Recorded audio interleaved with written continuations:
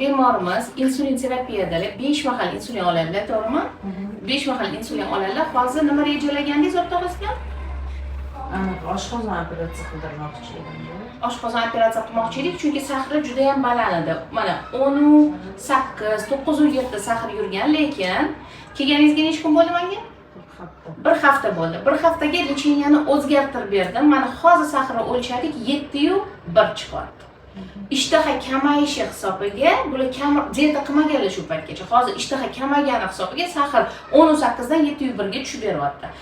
Bunaqa holatda oshqozon operatsiya qilmasdan dorini to'g'irlab, har kuni ovqatdan oldin qilinadigan insulinlarni hozir olib tashlayman. Nimaga? U insulinlar bilan ishtahalarni ochib turgan, dieta qilmaganlar, yaxshi yeganlar hisobiga sahr baland yurgan. Hozir mana dorilarning korreksiyasi chiroyli bo'lgani uchun oshqozon operatsiya qilish shart emas. Vesingiz o'zi tushadi, sahr уже normaga tushib oldi. Xudo xolisa insulindan sekin chiqarib beraman. Sog' bo'ling.